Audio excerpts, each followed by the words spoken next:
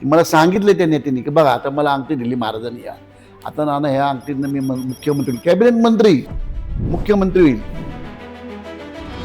मी म्हणलं साहेब माझ्याकडे जमिनी खूप आहेत, 700-800 एकर जमीन आहे, ज्याच्या 20,000 कोटीचे प्रोजेक्ट होते. त्यांना पहिल्यांदा असं ते आपले 20,000 कोटीचे प्रोजेक्ट होऊ शकतं साहेब, मला एवढे जमिनी आहेत. मग म्हणजे तू काम कर, बाकी काही राजकारण करू.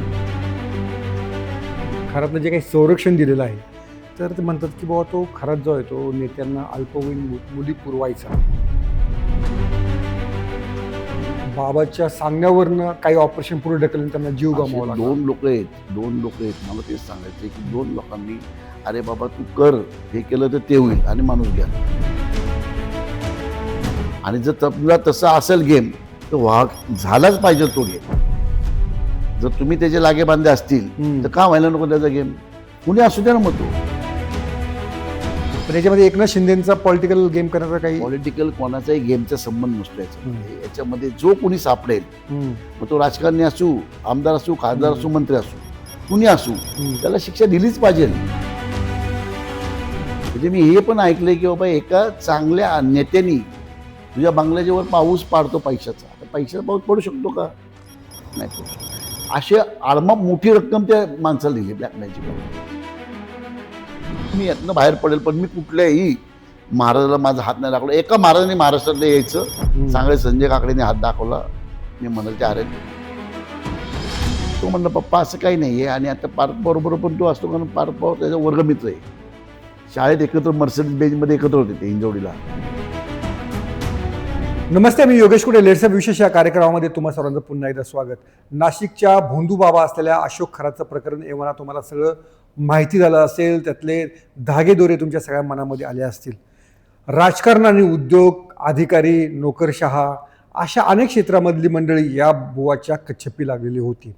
या बुवाच्या निमित्तानं अशा राजकीय लोकांची मानसिकता का होते, ते बुवांच्या आहारी का जातात, नेते मंडळी त्यांच्या पाया का पडतात, आणि याबाबतचे महाराष्ट्रामध्ये गाजलेले कोणकोणते किस्से आहेत हे तुम्हाला या मुलाखतीमध्ये ऐकायला मिळेल. आणि हे सांगण्यासाठी माझ्यासोबत आहेत माजी खासदार माननीय संजय नाना काकडे. संजय नाना काकडे तुम्हाला माहिती आहेत की त्यांचा राजकीय वावर, बिझनेसमधला वावर हा अनेक वर्तुळामधला आहे. स्वतः त्यांचे संघर्ष करून या ठिकाणची त्यांची यशोगाथा त्यांनी लिहिलेली आहे. ते स्वतः या सापळ्यामध्ये असे अडकले होते का, अडकले होते तर त्यांनी कसा त्यातनं मार्ग काढला, हे देखील आपल्याला यातनं ऐकायला मिळू शकेल. तर हा पॉडकास्ट शेवटपर्यंत पहा आणि आमचं लेट्सअप फॉलो करायला विसरू नका. तर नाना, तुमचं लेट्सअपवर खूप खूप स्वागत. थँक्यू. जेव्हा अशोक खराच्या बातम्या वाचल्या, पाहिल्या, तेव्हा काय धक्का बसला होता का? अरे कोणकोणते नेत्यांचे फोटो पाहतोय आपण अशोक खरासोबत? नाही, मी धक्का बसण्याचं कारण नाही, कारण अशा अनेक विषय ह्याच्या आधी पण झालेले आहेत, पूर्वी पण झाले. बरेच बाबा उघडकीस पडलेले आहेत. जसे बोलतो बाबा पूर्वीपासून, जसं की 400 वर्षापासून संत ज्ञानेश्वरांच्या काळापासून ते आजपर्यंत अशा अनेक बाबा आले. आणि अनेक बाबांचं उघडकीस पडलेले. पण दुर्दैव देशाचं आपल्या असं आहे की त्यातून धडा कोणीच घेत नाही. बरं. म्हणजे राजकीय लोक असू द्या किंवा महिला असू किंवा पुरुष असू, जेव्हा स्वतःशी हरतो आणि काही अपेक्षेपर्यंत पोहोचू शकत नाही, अशीच लोक अशा बोंधूंच्या नादी लागतात आणि तिथं असा फटका बसतो त्यांना. आणि हे जे आत्ता एवढी चर्चा चालू आहे, एवढ्या चर्चा करण्याची काय आवश्यकताच नाही आहे. त्याला कठोर शिक्षा दिली पाहिजे. यावं की इतकी म्हणजे बाबासाहेब आंबेडकरांची घटना मध्ये जे काही आहे असतील अशा लोकांना तो बाजूला थोडा पुरतं ठेवून त्या लोकांना इतकी घाणेरडी आणि कडक शिक्षा दिली पाहिजे की म्हणजे मुघल लोक जी शिक्षा द्यायची ती ह्या बाबाला दिली पाहिजे. अच्छा.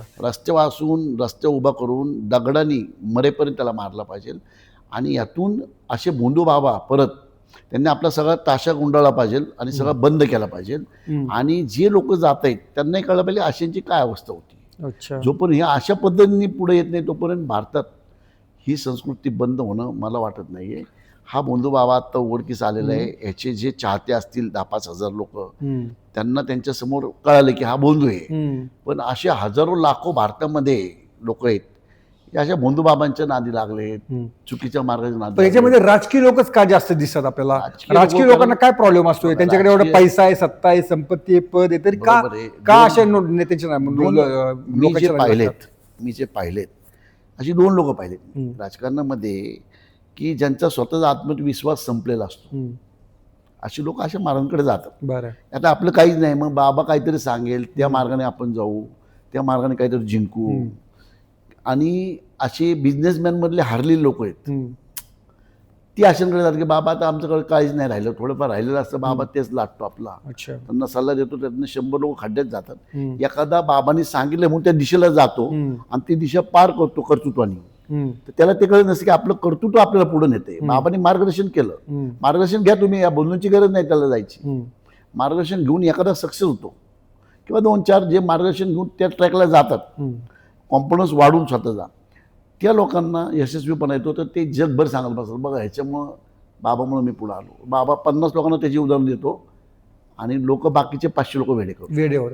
पण याच्यामध्ये तुम्ही असं काय राजकीय, तुम्ही आता एवढा वावर तुमचा आहे, अनेक राजकीय राजकीय नेत्यांशी तुम्ही पडद्यामागे भेटला, पडद्यामागे कोणती 2 अशी उदाहरणं आहेत की अशा बाबांमुळे सांगायचं म्हटलं तर आत्ता प्रेझेंट देवेंद्र फडणवीसांचं नाव घ्या आपल्या. त्यांनी कधी कुठल्या महाराजाकडे मी गेलेलं ऐकलं नाही.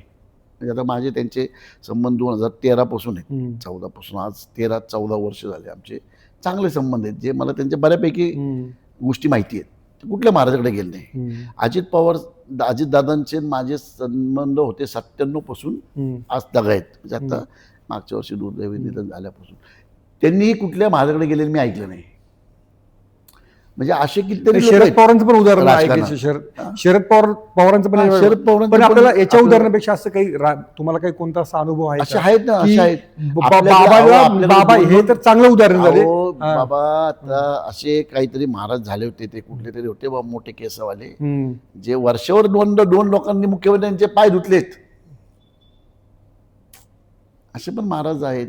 मुख्यमंत्र्याच्या लेवलची लोक पण त्यांच्या आधी गेलेली, मी डोळ्यांनी पाहिलं, ऐकलंय. अच्छा. किंवा मुख्यमंत्र्यासारखे माणसं तुम्ही मानव जातीच्या पाय धुता, त्याचे पायानी टॉवेलनी पुसताय, काय म्हणजे केळसवाना प्रकार पण केलेला आहे भावी मुख्यमंत्र्यांनी. नाव घेणं योग्य नाही, परंतु असे खूप लोक आहेत. आणि नंतर त्यांचे कुठे मुख्यमंत्रीपद टिकलं, कुठे त्यांना लॉंग टर्म लाईफ मिळालं नाही, मिळालं ना. म्हणजे असे खूप लोक आहेत की जे अशा अंधश्रद्धेच्या बळी पडलेत आणि त्यांना जीव गमवावा लागला. असं काय आहे का की काही म्हणजे राजकीय नेत्यांनी म्हणे बाबाच्या सांगण्यावरनं काही ऑपरेशन पुढे ढकलून त्यांना जीव गमवावा लागला? 2 लोक आहेत. मला तेच सांगायचं की 2 लोकांनी, अरे बाबा तू कर, हे केलं तर ते होईल, आणि माणूस गेला. काही करू नको, तुला काही होणार नाही, माझ्या आहे तुझ्या मागा आशीर्वाद, तुला परत राज्यात मुख्यमंत्री म्हणून यायचं. आणि त्या माणसांनी आपला आजार लांबवला, अंगावर काढला आणि गेले कमी वयात. त्यामुळं अशा लोकांच्या नादी का लागतात अजूनही माणसं, मलाच कळत नाही. पण डॉक्टरचा सल्ला टाळून त्यांनी त्या बाबांचं ऐकलं, ऑपरेशन टाळलं. ते बघा, एखादा अंधश्रद्धेच्या आहारी गेला, कुठल्या थराला जातो ते तुम्हाला कळूच शकत नाही. म्हणजे मी हे पण ऐकलंय की बाबा एका चांगल्या नेत्यानी तुझ्या बंगल्याच्या वर पाऊस पाडतो पैशाचा. आता पैशाचा पाऊस पडू शकतो का? नाही पडू शकतो. असे आडमा मोठी रक्कम त्या माणसाला दिली, ब्लॅक मॅजिकवाल्याला. अच्छा. तो गेला, मेला. तो कोण पाऊस पाडणारा, तो बिचारा आमचा नेताही तेवढे पैशाला मुकला. असे सुद्धा लोक पाहिलेत. म्हणजे माणूस एखाद्याच्या आरी गेला, एखाद्याच्या बोलबच्चनला म्हणा, किंवा तुमचं स्वतःचं आसपासचं बॅकग्राऊंड ओळखून तुम्हाला इमोशनल करून बोलबच्चनगिरी करून माणूस इतका आरी जाऊ शकतो, हे पण मी डोळ्यांनी पाहिलं, ऐकलंय. ओके. राज्यातला मोठा नेता होता तो. म्हणजे ह्या गोष्टी काही आवश्यकताच नाही हो माझ्या मते. पण याच्यामध्ये अनेक असं आम्ही पाहिलेलं आहे की जे माणसं, म्हणजे तुमचा पण जो प्रवास आहे तो अतिशय छोट्या परिस्थितीमधून, कष्टमय परिस्थितीतून तुम्ही इथपर्यंत पोहोचते आहात. उलट अशी माणसं जास्त आहारी जातात की बुवाच्या नादीला. तुमच्यावर असं कुणी वेळ आली का एखाद्या बाबाला शरण जावं म्हणून? माझ्या स्वतःचं जर सांगितलं तर मी माझ्या लाईफमध्ये 86ला बिझनेस चालू केला. 86 ते आज तक आहेत. 4 वेळा मंदी तेजी जगामध्ये आली. साहजिक आहे, मला पण आली. मला तर 5 वेळा आली. म्हणजे तेजी असताना एकदा मला मंदी आली.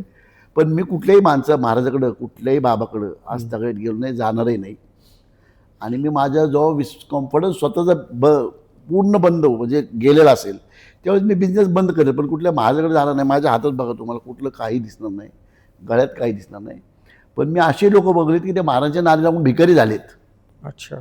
जे एवढ्या माळा गळ्यात घालतायत, दिवस सकाळी 1 तास पूजेला घालवतात, रात्री झोपताना सगळ्या माळा काढून झोपतात, परत सकाळी 1.5 ते 2 तास पूजा करून परत माळा घालतात. असे लोक भिकेला लागलेले मी स्वतः बघितलेत. माझ्याजवळचा एक मित्र आहे औरंगाबादचा, तो बिचारा असे म्हणजे जवळजवळ त्यांनी 35 वर्ष झालं तो दर महिना अखेर बालाजीला जातो. दर महिना अखेर दर शनिवारी ह्याला जातो शनी शिंगणापूरला. नाव पण सांगतो मी, साखरे. काही नाही झालं बिचाराचं, काही नाही झालं. काही सुखी नाही येतो. अजूनही प्रवास करतोय. अजूनही आम्ही जातो, अरे नको जाऊ वेड्या, नको अरे जाऊ. तू काय झालं त्याचं? तुम्ही कर्तृत्वावर विश्वास ठेवा ना त्याच्यापेक्षा. मी म्हणत नाही तुम्ही देवाला मानू नका, अरे पण एक मर्यादा ठेवा. देवाला मानताना एक मर्यादा ठेवा. कुठल्याही गोष्टीसाठी एक मर्यादा ठेवा. तुम्ही सगळं सोडून नुसतं देवदेव करत बसणार, तुमचं मला नाही वाटत की बाबा आपल्या कर्तृत्वावर, आपल्या कर्मावर विश्वास ठेवा प्रत्येकाने. आम्ही असं पण पाहिलेलं आहे की आता या खरात प्रकारामध्ये जर पाहिलं तर काही नेते मंडळी त्या खरातलं जे काही संरक्षण दिलेलं आहे तर ते म्हणतात की बाबा तो खरात जो आहे तो नेत्यांना अल्पवयीन मुली पुरवायचा. तर हे पर्यंत जातात ह्या लोकांशी. मला काय हे तुम्ही जे बोलताय ते मला कळालं नाही, परंतु आपल्या महाराष्ट्रातली संस्कृती एवढी पण घाणेरडी नाही की असे मंत्री आले जातील. हां, मी एक मान्य करतो, असे मंत्री बरेचसे महाराजाकडे जातात, मी डोळ्यांनी पाहिले. परंतु ते का? आपलं अस्तित्व टिकवण्यासाठी, आपलं अस्तित्व वाढवण्यासाठी, किंवा आपल्या कॉम्पिटिशन तो त्याच्या खड्ड्यात जाण्यासाठी. हे मी ऐकले, डोळ्यांनी पाहिले. मी नेत्यांकडनं पण ऐकले, आज आम्ही असं केलं, आज आम्ही तसं केलं. नाना बघा, आता ह्या महाराजांनी मला अंगठी दिली, आता माझे दिवस बघा. हे मी ऐकले, भोगले प्रत्यक्षात. मला सांगितले त्या नेत्यांनी की बघा आता मला अंगठी दिली महाराजांनी, या आता नाना ह्या अंगठीनं मी मुख्यमंत्री होईल, कॅबिनेट मंत्री, मुख्यमंत्री होईल. पण अशा कुठल्या प्रसंगाला कुठल्या मंत्र्यांनी अशी अपेक्षा केली आहे किंवा अशा अपेक्षा माध्यमातून कुठल्या महाराजाकडे गेलाय असं मला तरी नक्कीच वाटत नाही. 100% असं वाटत नाही की अशा लैंगिक सुखासाठी महाराजांचा वापर केलेला आहे. मला नाही वाटत. म्हणजे आपल्या महाराष्ट्रात तरी मी कधी ऐकलं नाही, कधी बघितलं नाही. आम्ही ऐकू नये कुठल्या तरी सगळ्या स्टोरींमधनं की युपी, बिहार किंवा त्या भागात असल्या गोष्टी कुठेतरी चालतात, ते ऐकू नये म्हणजे. पण आपल्या महाराष्ट्रातल्या संस्कृतीत असं मला नाही वाटत. तुम्ही काय नावं काय तुम्हाला काय लपवताय का तुम्ही याच्यामध्ये? नाही, लपवायचं नाही. काही कारण नाही लपवायचं. जर मला कळालं असतं तसं काही तर मी स्पष्ट सांगितलं असतो, आहे तसे नालायक काहीतरी जे करतात हे उद्योग. पण असं काही नाहीये. बरं, म्हणजे मला वाटत नाही. म्हणजे उगाच मी कोणावरती आरोप करायचे जोपर्यंत मला विथ प्रूफ नाही मिळत किंवा मला कुठून प्रॉपर लिंक मिळत नाही की हे झालेलं आहे, घडलेलं आहे. अच्छा, मला वाटत नाही अशा कुठल्या थराला जातील. महाराजांकडे कुठल्या गोष्टीसाठी जातो माणूस? फक्त आणि फक्त सत्ता टिकवणे, पैसा कमवणे, सत्तेची प्रगती ठेवणे, स्वतःला सगळं असतानाही सुखी राहायला पाहिजे, मी निरोगी राहावं म्हणून पण जातात काही लोक. किंवा महाराज जडीबुटी खाली तर निरोगी होईल मी, महाराजांनी काही सल्ले दिले तर मी निरोगी राहील, माझं अस्तित्व टिकून राहील, यासाठी खूप जण जातात. हे चुकीचं आहे. पण आता काय जातं. पण याच्यामध्ये खरंच आणखीन एक लोकांना असं कळालं की बाबा महिला फार अशा महिलांचं काय आहारी जातात. महिलांचं काय असतं, महिला असतात एकदम हलक्या मनाच्या. निसर्गाने त्यांना ताकद खूप दिलेली आहे. म्हणजे बघा, एक महिला आपली आई असो, बहीण असो, मी पण एका आईच्या पोटातनं झालो आहे. पण 9 महिने पोटात वाढवणं आणि त्याच्यानंतर डिलेवरी होताना ज्या महिलेला त्रास होतो त्या महिलेचं ताकद मजबूत असते, पण मन हलकं असतं. मग कुठून तरी त्या महिला बिचारा दुखवलेल्या असतात. घरातून मुलाच्या जाचाला कंटाळून, मुलीच्या त्रासाला कंटाळून, मुलाचं भविष्य, मुलीचं भविष्य, काही महिलांना मुलं होत नाही त्याची चिंता असते की माझी सासू काय म्हणाल, माझा सासरा काय म्हणाल, माझा नवरा काय म्हणाल, मला मुलगा नाही आलं. तर हे आपल्याकडे महाराष्ट्रात पूर्वीपासून भारतामध्ये जी संस्कृती रुजली तीच अजून आहे, ती पुढं गेली पाहिजे. आता शहरी भागात जातात बऱ्यापैकी, शहरी भागातल्या महिला खूप शिकलेल्या असतात, ह्या बऱ्यापैकी ग्रामीण भागातल्या महिला ह्या करतात. परंतु त्या मन नाजूक असतं आणि त्यावेळेस त्यांना कोणी आधार देतो असं बोललो बाबा, त्यांना वाटतं अरे हे सगळं होऊ शकतं. कुठंच बोलू शकत नाही तिथं अशा बाबांकडे बोलतात महिला. आणि मग तिथून त्यांना बिचारांना फसवेगिरी होती. माझं तेच सांगणे मीडियाच्या माध्यमातून, मीडियाने हे सांगितलं पाहिजे की अशा बुद्धू बाबांकडे तुम्ही जाऊ नका. मीडिया काय करते, त्याला दिवसभर दाखवते, दिवसभर तेच चाललंय. म्हणजे देशामध्ये, राज्यामध्ये एवढी चांगली कामं होत आहेत, जेवढी कामं करायची ते राहिलं बाजूला, महागाई. पण सगळ्यात महत्त्वाचा प्रश्न लोक मीडियाने हा प्रश्न का उचलून धरला की ह्या अशा बुंदू बाबांना राजकीय संरक्षण मिळतं. हा प्रत्येक ज्या नेते मंडळीचं नख पाहू शकत नाही सामान्य जनता, त्या आता त्या नेत्याबरोबर या महाराजांचे फोटो असतात. बरोबर आहे. फोटो आहे बघा, कुठल्या नेत्यांबरोबर फोटो असणं किंवा नसणं, तेव्हा त्या नेत्यांना माहिती. नेता म्हणजे काय असतं की सार्वजनिक जीवनातल्या सर्वसामान्यांमधल्या लोकांकडं नेता म्हणजे एक प्रकारचा प्रधानमंत्री असतो बघा. एक मुख्यमंत्री, बाकी राज्यमंत्री जसे पूर्वी राज्य चालवायचे राजा आणि त्याच्यानंतर त्याची मंत्रिमंडळ, तसं हे आत्ताचं मंत्रिमंडळ असतं ते म्हणजे जनतेमधलेच लोक असतात. त्यांना जनतेत जावंच लागतं. जेव्हा एखाद्या जनते जागी गेला तो आणि असा भोंदू बाबा या शेजारी बसला, तिथल्या नगरसेवक असतो, तिथला आमदार असतो, तिथला कार्यकर्ता असतो, तिथली जनता असती, त्याला मानणारी असती, तेव्हा त्याला बाबा महाराज या बसा. त्यावेळेस ते नेत्याला माहीत नसतं हा महाराज आतून इतकं घाणेरडं आहे किंवा इतकी घाणेरडे कृत्य आहेत त्याची. त्या तिथल्या लोकांच्या आधारपायी, म्हणजे आता जसं देवेंद्र फडणवीस साहेब आमच्या पुण्याला आम्ही म्हणतो अरे सगळे कार्यकर्ते अरे, तसे नाशिकला गेले तेव्हा एकनाथ शिंदे नाशिकला गेले तेव्हा एकनाथ शिंदेबरोबर फोटो आहेत त्यांचे, तुमच्या बऱ्याचशा मंत्र्यांबरोबर फोटो आहेत. ह्याचा अर्थ त्यांना त्यांची पार्श्वभूमी माहिती नसते. ह्याचा अर्थ ते खतपाणी घालतात असंही होत नाही, बिलकुल होत नाही. परंतु काही मंत्री जे आहेत त्यांना स्वतःचं संरक्षणासाठी किंवा स्वतःचं अस्तित्व टिकवण्यासाठी हे असे जातात, तेव्हा फोटो काढतात. ते घरी गेले असतील तर मग ते त्यांच्या आरे गेलेत. आणि देवेंद्र फडणवीस साहेबांनी कालच विधान भवनात डिक्लेअर केले की जे कोणी त्या महाराजांना नादी लागला असेल, जे कोणी त्या महाराजाच्या ह्या 4 वर्षात मदत केलेली असेल, त्याच्या फोन जप्त केला आहे, फोनचे व्हॉट्सअपचे सगळं डेटा पोलीस खात्याकडे आहे, ते शोधून काढून बाहेर काढून जे कोणी आणि मला देवेंद्र फडणवीस साहेबांवर इतका विश्वास आहे आणि इतका मला त्यांचा स्वभाव माहिती आहे, ते 1,00,000% त्या लोकांना सोडणार नाहीत. अनेकांना असं वाटतं की याच्यातनं पॉलिटिकल गेम पण होतोय काही लोकांचा. नाही, असं काही नसतं. पॉलिटिकल गेम कोणाचा आहे सांगा ना. एक माणूस दाखवा की याचा गेम होतोय. अहो तो माणूस नालायक आहे, त्या माणसाला सपोर्ट करणारे लोक नालायक आहेत. आणि जर समजा तसा असेल गेम तर झालाच पाहिजे तो गेम. जर तुम्ही त्याचे लागेबांधे असतील तर का व्हायला नको त्याचा गेम?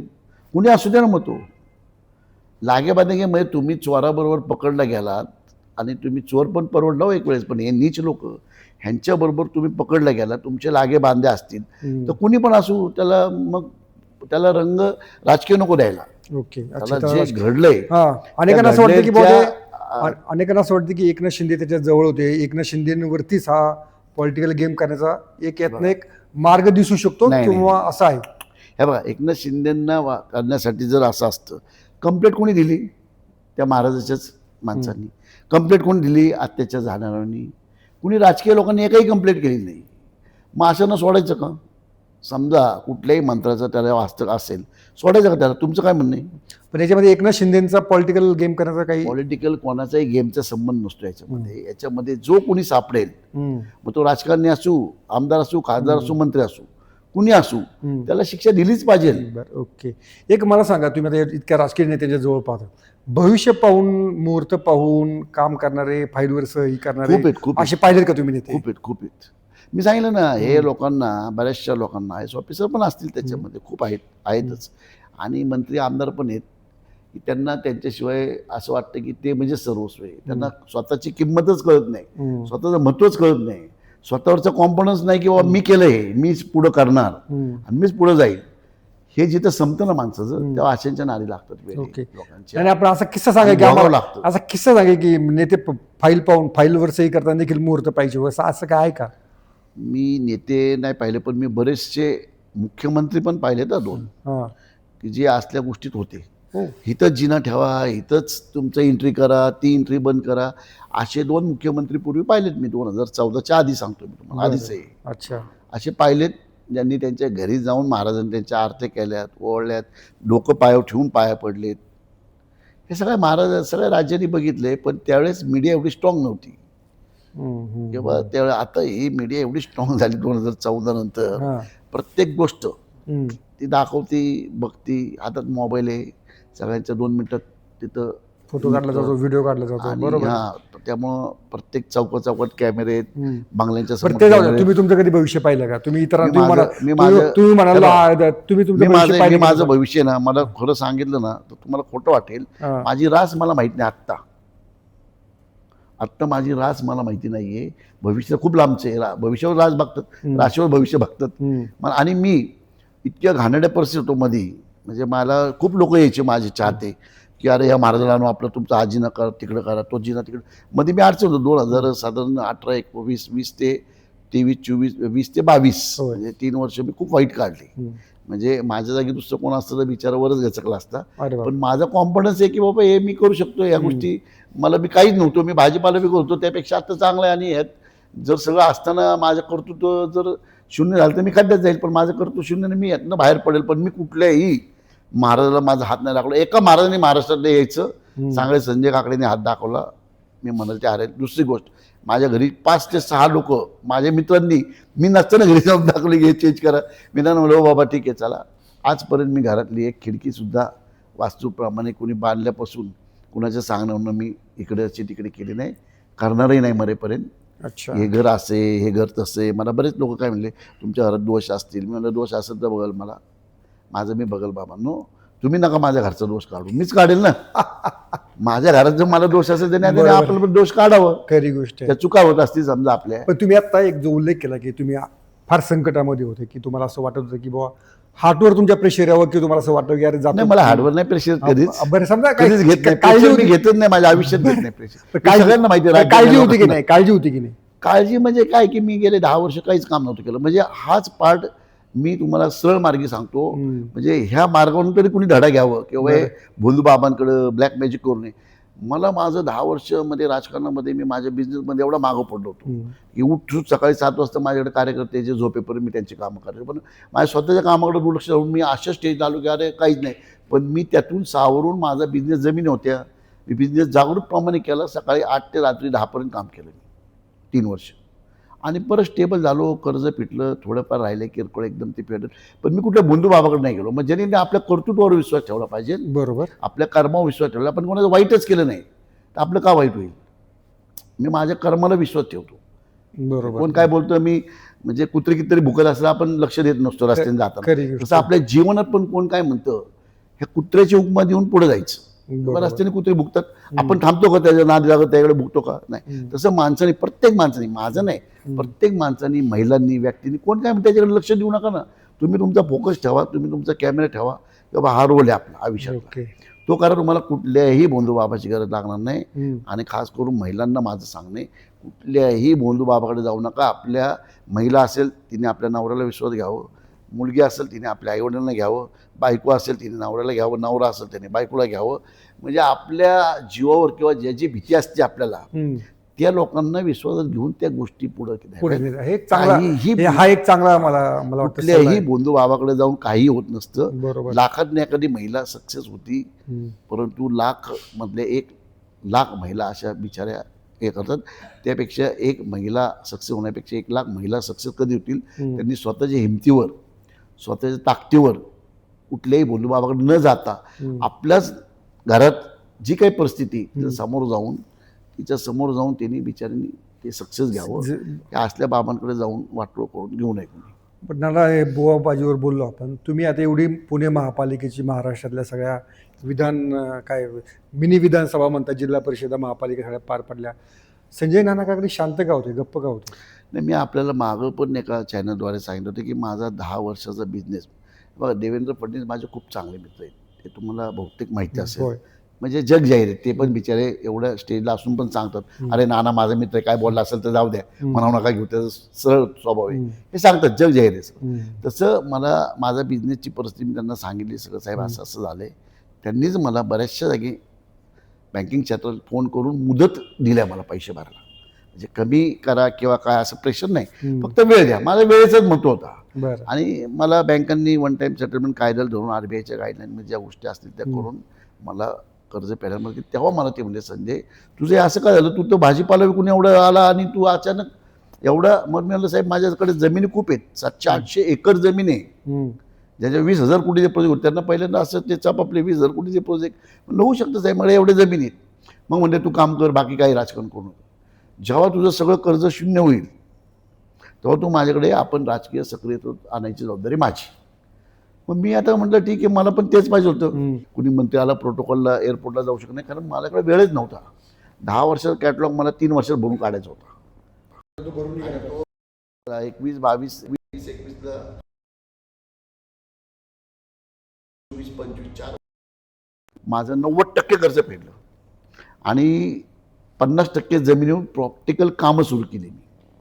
आता माझ्या माहितीप्रमाणे अजून वर्षभर 6 महिने तरी माझे धंद्यामध्ये व्यवस्थितपणे 100% कर्ज शून्य कंपनी आणि सगळीकडे कामं व्यवस्थित सुरळीत चालू होऊन सगळ्या जबाबदाऱ्या म्हणजे जबाबदाऱ्या नुसत्या बँकेच्याच नसतात. होय, बाकीचे कुठली काय जमीन गुंतवणूक जमीन घेतली जेवी मध्ये त्या मालकाला जबाबदारी असती, जबाबदारी असती. अशा सगळ्या महिन्यात मोकळा होईल तेव्हा मग मी साहेबांना सांगेल, साहेब असं असं झालं तर मोकळा झालं, तुम्ही म्हणत असाल तर मी काय म्हणतो बरं बघा, तुम्ही म्हणत असाल तर मी राजकारणामध्ये परत येतो, नाही तर माझ्या धंद्यामध्ये मी सुखी आहे. मला एकदम सुखी आहे, म्हणजे इतकं हॅपी आहे मी सध्या. मी राजकारण होतो पण राजकारण हे टार्गेट करून पक्षाला जेवढं होईल तेवढं मी माझं केलं. तसं मी 1986 ते 2014 पर्यंत धंद्यामध्ये मी माझ्या पायावर उभं राहून शून्यातनं मी काय झालोय सगळ्या जगाला माहिती आहे. तसं मी ह्या 4 वर्षात धंद्यामध्ये इतकं पॉझिटिव्ह झालो आहे, इतकं सुखी झालो आहे की माझ्या पुढच्या जनरेशनला मला असं वाटत नाही कुठं कष्ट करावं लागेल पुढच्या 4-5 जनरेशनला. तुमच्या पुढच्या जनरेशनचा विषय काढला, तुमचा मुलगा सध्या पार्थ पवारांसोबत दिसतोय, तो काय राजकीय लॉन्चिंगचा काय विचार आहे त्याचा किंवा नाही? असं काही नाही आहे. आता काय मुलं आपल्यापेक्षा मोठी झाल्यानंतर आपल्यापेक्षा उंची, माझ्यापेक्षा उंचीनी 3 इंच मोठा आहे, 4 इंच तो 5 इंच. आता त्याची काही स्वप्न असतील, फर्स्ट त्याला मी म्हणलो आपलं फर्स्ट टार्गेट बिझनेसवर करायचं. सॅमेल्टेन तुला समाजसेवेची जर असेल आवड तर तो म्हणलं पप्पा असं काही नाही आहे. आणि आता पार्थ बरोबर पण तो असतो, कारण पार्थ पवार त्याचा वर्गमित्र आहे. बरं, शाळेत एकत्र मर्सिडीज बेंचमध्ये एकत्र होते ते हिंजवडीला, जवळजवळ 5वी ते 10वी पर्यंत. नंतर विक्रम सिम्बॉयसेसला गेला, पार्थ मुंबईला गेला, वडील त्याचे मंत्री झाल्यामुळं 99ला. 99 नंतर 99 नाही 2005ला दादा पालक 99 मध्ये झाले, पण 2005ला बऱ्यापैकी चांगली पोस्ट. नंतर ते मुंबईला गेल्यानंतर मुंबईत त्यांचं कॉलेजचं हे त्याचं शिक्षण मुंबईत झालं. विक्रम वर्गमित्र आहेत. हा 5वी पासून 10वी पर्यंत. विक्रम आणि पार्थ पवार मित्र आहेत. तर जेच्या वर्गात होता विक्रम आणि पार्थ 1 वर्ष पुढे होता. बरोबर, ओके. तर मैत्री असं काय राजकीय लॉन्च वगैरे काही नाही. राजकीय लॉन्च झालं तरी मी देवेंद्र फडणवीस साहेबांना विश्वास घेऊनच त्याला राजकारणात आणेल की बाबा साहेब मी भाजपमध्ये म्हणलं तोही भाजपमध्येच राहील. बरं, असं काय सोय नाही पाहणार, मुलगा इकडे राष्ट्रवादी इकडे वडील इकडे भाजपमध्ये. माझ्या रक्तात असं काही नाहीये की सोयीस्कर राजकारण केलं पाहिजे. तसं असतं तर तुम्हालाही माहिती आहे मी काय झालो असतो. पण ते मला योग्य वाटत नाही की मी बाबा देवेंद्र फडणवीस साहेबांकडे जायचं, त्यांनी पार्थ पवारकडे राजकारण म्हणून जायचं. मैत्र म्हणून जाऊ शकतो तो, मित्र म्हणून ठीक आहे, सगळे कुठेही जाऊ शकतात. शकतात. पण असं काही नाही की बाबा माझ्या मुलाला मी राष्ट्रवादीत पाठवेल, मी भाजपमध्ये जाईल. असा कधी प्रसंग आला तर मी राजकारणाला संन्यास घेईल, मी राजकारणाला संन्यास घेईल. पण असं आम्ही दोघं वेगळ्या पक्षात 100% राहणार. आणखीन एक महत्त्वाचा जो मुद्दा आहे, तुम्ही आता एवढे बिझनेस म्हणाल, पुण्यातले रिअल इस्टेटमधले तुमचं मोठं नाव आहे. सध्या या इराण युद्धाचा या सगळ्या रिअल इस्टेटवरती पुण्याच्या, मुंबईच्या किंवा भारतभराच्या काही परिणाम होईल असं तुम्हाला वाटतंय का? तो धोका तुम्हाला दिसतोय का? 100% परिणाम होईल, खूप मोठा परिणाम होईल. जर का युद्ध अजून पुढं, आत्ता हे युद्ध चाललंय हे एकदम नॉर्मल चाललंय. म्हणजे तिथल्या इराणच्या मेन माणसाला, राजाला ज्या पद्धतीने मारलं गेलं, त्यांचे 25 अधिकारी मारले गेले, त्याची मुलगी, त्याची नात, त्याचा जावई, त्याचा नंतरचा एक मुलगा, ज्या पद्धतीने मारले गेले, त्या पद्धतीने जे ग्रोथ व्हायला पाहिजे युद्धाचा, म्हणजे बदला घेण्याचा, ते एवढं नाही सध्या, असं म्हणून ते एवढं नाही आहे जेवढं नाही. परंतु जर का असं झालंच आणि युद्धाचा भडका मोठा झाला तर इराणमुळं आपल्याला, लोक म्हणतात इराणमुळं आपलं पेट्रोल, आपलं गॅस वगैरे येणं जाणं, महागाई होईल, तो भाग आहेच आहे तो पाठ. परंतु आपल्याकडं 2095 म्हणजे 1919 नाही, तसं तर 2000 म्हणजे 1947-48ला जेव्हा स्वतंत्र झालं तेव्हापासून ते 2010 पर्यंत जे नेटवर्क जगाचं होतं एकत्र, त्याच्या कितीतरी पटीने आत्ता जग एकत्र झालेलं आहे, एकामेकाशी चेंज झाली. बिझनेसच्या माध्यमातून म्हणा, इन्व्हेस्टरच्या माध्यमातून म्हणा, देवाणघेवाणच्या माध्यमातून म्हणा, ही खूप मोठी चेंज झालेली. तर इस्रायलला जर का मोठा धक्का बसला, त्याचा सगळ्यात मोठा फटका बसेल अमेरिकेला, आणि त्याच्यानंतर अमेरिकेनंतर सगळ्यात मोठा फटका बसेल आपल्या देशाला, भारताला. कारण इस्रायलमध्ये जे लोक, ज्या कंपन्या आहेत, आता बघा तुम्ही गुगल, यूट्यूब, ॲपल, ज्यू लोकांच्या ज्या कंपन्या आहेत, ज्यू लोकांच्या कंपन्या आहेत, KKR, ब्लॅकस्टोन, ब्लॅकरॉक असेल, ब्लॅकरॉक, KKR, ब्लॅकरॉक, अशा खूप कंपन्या, ज्या कंपन्या माझ्या माहितीप्रमाणे अमेरिका आणि भारत आणि इराण हम्म. किंवा तुमची रशिया धरा, ह्या अशा 4-5 देशांची इकॉनॉमी जेवढी आहे, जीडीपी त्यांच्या जीडीपी GDP च्या मोठ्या आहेत त्या. मोठ्या कंपन्या ह्या 4-5. होय होय होय. म्हणजे तुम्ही, आणि ह्या कंपन्या अमेरिकेला आणि भारतामध्ये जास्त इन्व्हेस्टमेंट यांची. हम्म. अमेरिकेत खूप मोठी इन्व्हेस्टमेंट आणि भारतात आत्ता सुरू झाली. म्हणजे KKR आलंय, ब्लॅकस्टोन आलं, ब्लॅक रॉकनी रिलायन्स बरोबर मोठी कंपनी त्यांचं बरोबर. देशामध्ये सगळ्यात मोठा हाऊसिंग लोन, कार लोनची कंपनी त्यांनी केली की खूप मोठे पैसे ते लावतील भारतात. अशा वेळेस इस्रायलला जर काही झालं तर पहिला फटका अमेरिकेला बसेल, दुसरा फटका भारताला बसेल. आणि अमेरिकेचं ना आपलं एवढं नेटवर्क आहे की हे जे तुमचं चेन्नई असेल, बँगलोर असेल, हैदराबाद असेल, पुणे असेल, मुंबई असेल, मुंबई कमी पण तू दिल्ली, नोएडा, ह्याच्यामध्ये जे IT कंपन्यांचं काम येतं हे आपल्याकडं 80% युरोपमधनं येतं. युरोपमधनं 80% काम येतं. ते युरोपमधनं, अमेरिकेतनं 55% काम येतं. मग जर तो फटका बसला तर आपल्या भारताला IT क्षेत्र मुकावं लागेल. दुसरं पेट्रोल, डिझेल, गॅस नाही, कारण गॅस हे उत्पन्न भारतातलंच आहे. गॅस का महाग व्हायला मला माहीत नाही त्याच्याबद्दल भारतात, परंतु गॅसचं संपूर्ण टक्के आपण जो घरगुती गॅस वापरतो त्याचं प्रोडक्टच भारतातलं आहे. परंतु पेट्रोल, डिझेल हा खूप मोठ्या प्रमाणात आणि बऱ्याच गोष्टी भारतातल्या अमेरिकेमध्ये जात आहेत. बऱ्याच मोठमोठ्या कंपन्यांच्या किंवा अमेरिकेतनं भरपूर भारतात काम येतं. इस्रायलमुळे अमेरिकेला फटका बसेल, अमेरिकेमुळे भारताला फटका बसेल. त्याचा परिणाम हा रिअल इस्टेट, परिणाम प्रत्येक गोष्टी होईल. म्हणजे रिअल इस्टेट तर होईलच, पण छोट्याच्या भाज्यापाल्यांपासून, कारण ट्रान्सपोर्टिंग माग होईल. पण आता मला आजच एक रिपोर्ट मिळाला सकाळी. आमच्याकडं एक आर्किटेक्ट आहे, तिचा नवरा चांगल्या पोस्टवर, म्हणजे 2.5 लाख रुपये पगार असलेल्या पोस्टवर आहे.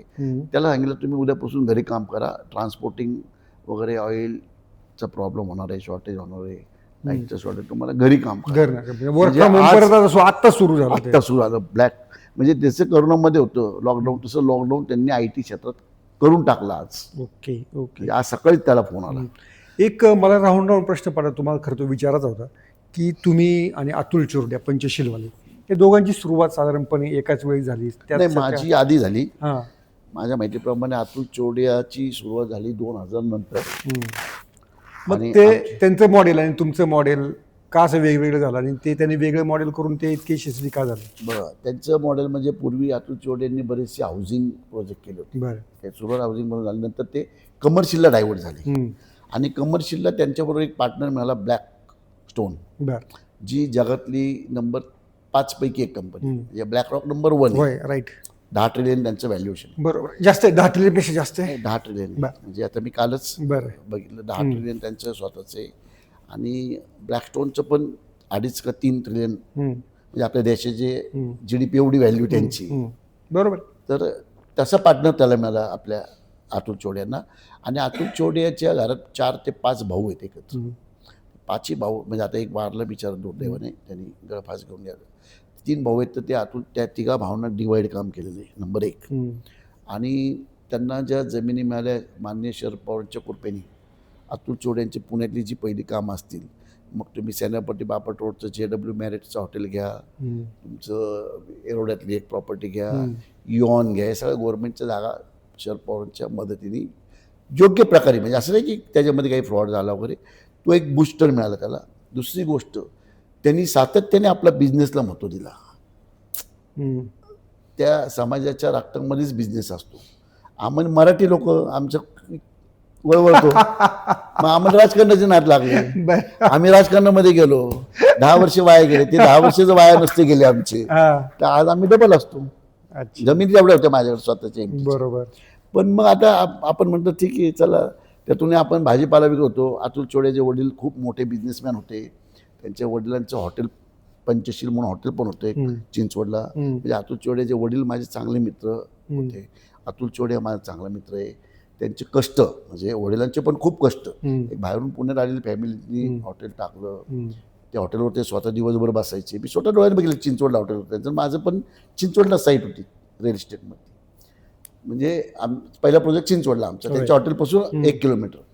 तर मी पाहायचो आहे, फॅमिलीला पहिल्यापासून मी ओळखतो खूप. बरोबर. अतुल चोरड्याच्या वडिलांनी पहिलं लोन मला दिलं. अच्छा. रुपी बँकेत डायरेक्टर होते ते. माझं पहिलं घर बांधायला त्यांनी लोन दिलं मला. बरं बरं बरं, ओके. म्हणजे मी अशा मग परिस्थितीत तुमच्यावर पण राजकीय आशीर्वाद होतेच की, तुम्ही का ना मग त्यात पुढे राजकीय गेले? आशीर्वाद मध्ये आमच्याकडे राजकीय आशीर्वाद नाही असं नाही, नव्हते असं नाही, पण आम्ही त्यातलं कमर्शियल मधनं कधी कन्वर्ट करून नाही घेतलं स्वतःला. हे आशीर्वाद आहेत, आजही आशीर्वाद आहेत, पण मी कधी कुठली जमीन आधी सर्व पहिलं एक जमीन आम्ही घेतली गव्हर्नमेंटची, PWDCने, असं नाही. पण त्याच्यानंतर मी शासनाचे ते मागं पुढं पळणं, त्या जमीन मी बाहेर पडलो की नको आपण स्वतःची जमीन घेऊ.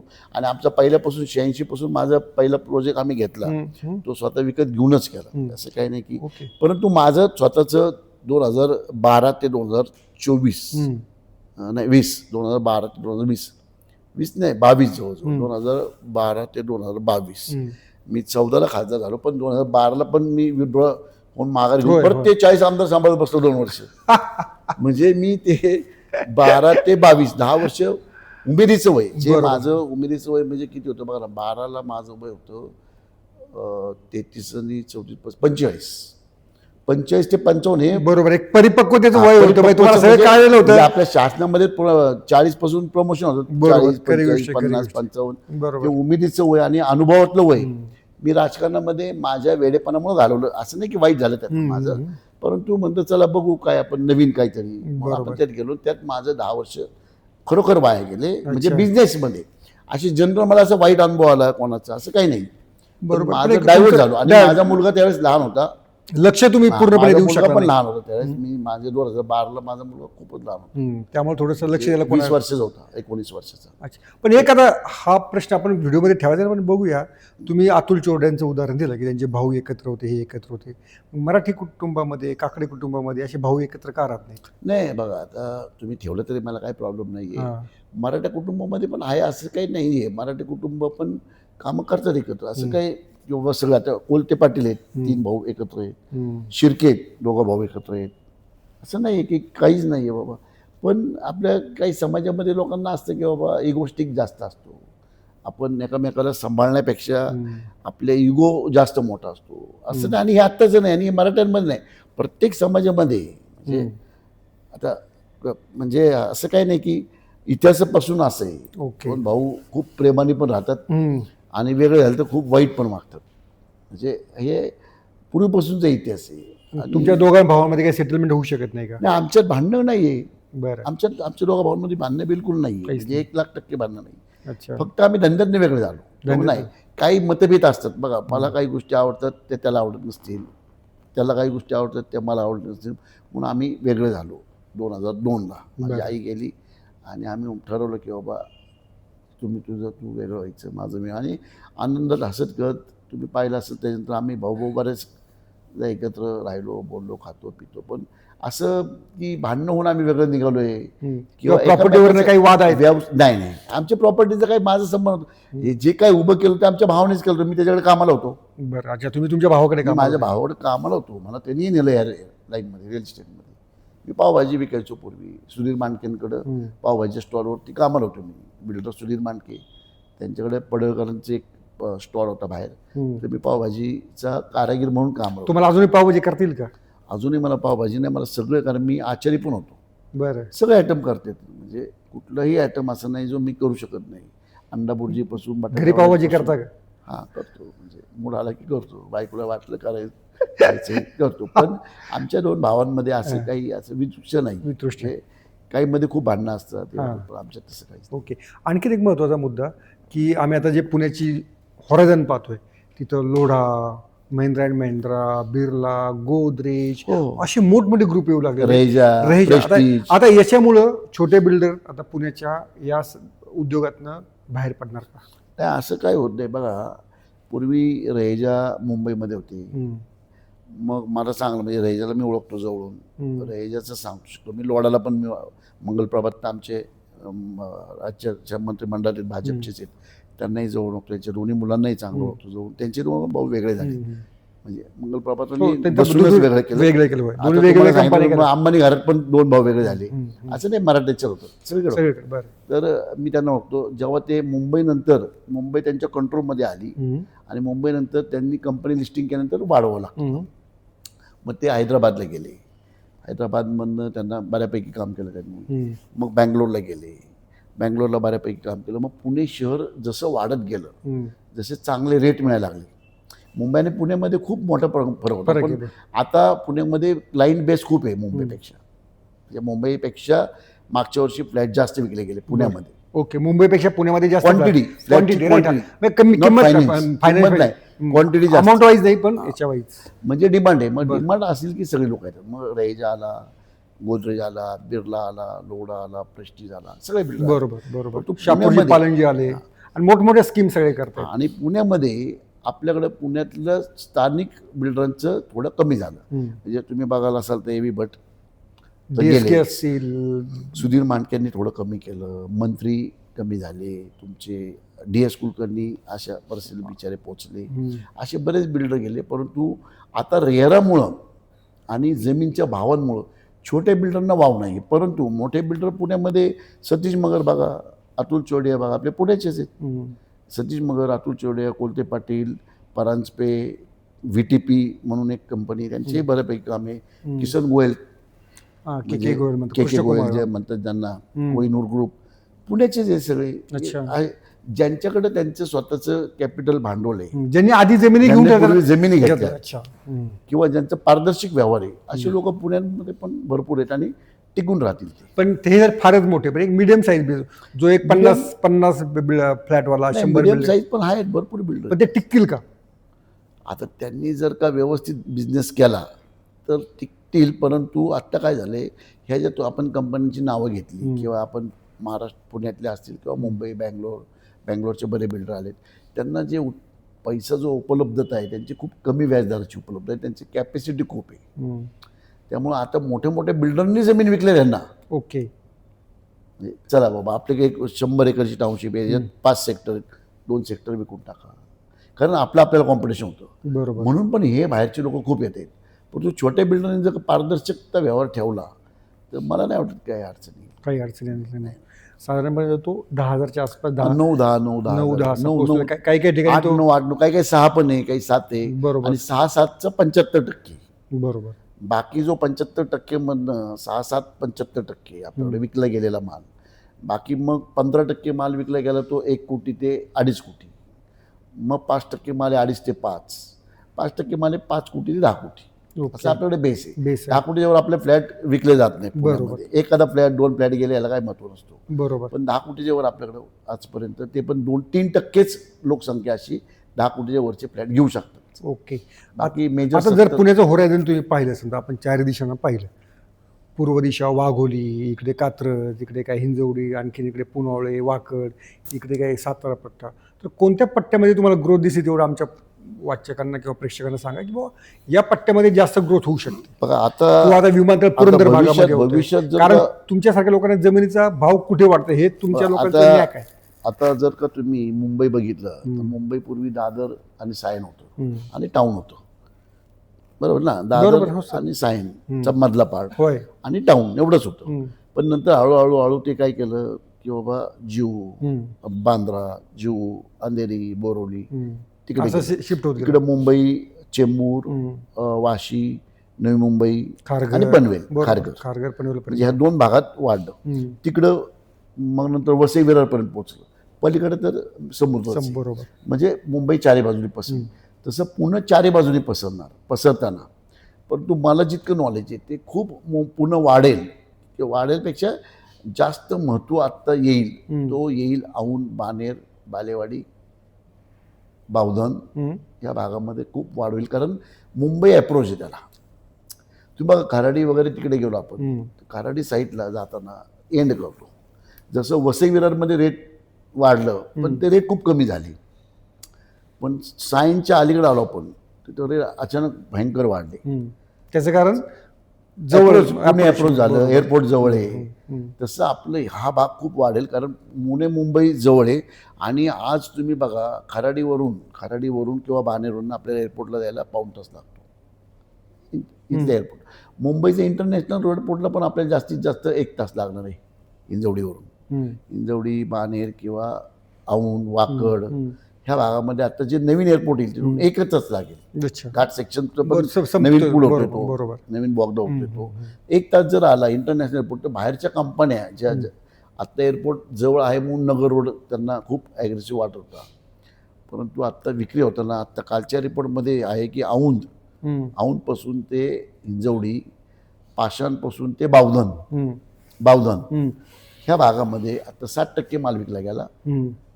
30% माल विकला गेला तुमचं नगर रोड, हडपसर, म्हणजे नगर रोड टू हडपसर हा सगळा टापू, खराडीपासून सतीश मगरचे नांदेड सिटी, मगरपट्टापासून ते खराडी येऊनपर्यंत 30% माल विकला गेला. आणि 10% आपला सिटी आणि कोथरूड म्हणा, हा धनकवडी, बिबेवाडी, तर 10% माल विकला गेला. हे नवीन मागच्या वर्षीचा रिपोर्ट आहे. ओके. त्यामुळं आत्ता जो नवीन ट्रेंड चाललाय हा इकडच्या भागात खूप जाईल. म्हणजे बानेर तुमच्या जमिनी तिकडे जास्त नाहीत ना? नाही, माझी बानेरमध्ये एकच प्रोजेक्ट आहे, छोटा आहे, 6-7 लाख फूट. माझं काही नाही, वाकडला काही नाही. लोकांना वाटतं नानाच्या जमिनी तिकडे, नाना तिकडे. बघा, माझं हिंजवडीला काही नाहीये, वाकडला काही नाहीये, बानेरला एक छोटा कमर्शियल प्लॉट आहे, बावधनला काही नाहीये माझं. अच्छा. किंवा वाकड नाहीये, वाकडच्या पुढं जे काही 2-3 टाउनशिप येते, सूस, तिकडे काही नाहीये. फक्त मुंबई पासून जवळ येतो एरिया.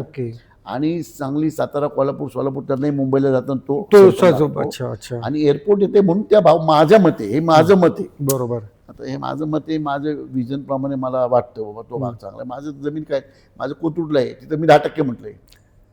म्हणजे असं काही नाही, मी माझ्यासाठी नाही म्हटलं. माझं कोंडवाल आहे तिकडे तर 5% विक्री.